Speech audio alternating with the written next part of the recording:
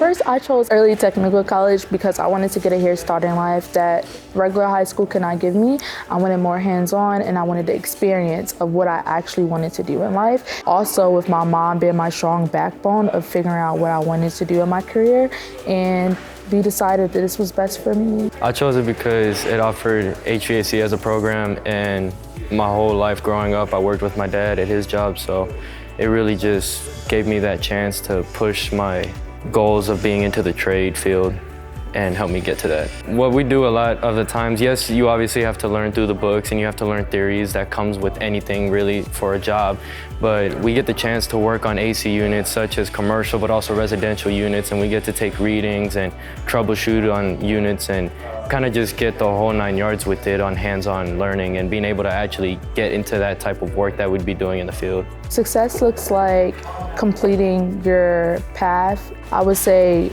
actually gaining the information, because you can be here all day, but I feel like actually gaining and retaining the information you learn here and applying it in the work field, I would say that's successful like here. Someone who's very disciplined but also able to adapt to a new environment, because this is very hard work and it takes a lot of discipline and mental focus to be able to do stuff like this. But as long as you have a basis of those types of traits, then I think you'll do just fine here.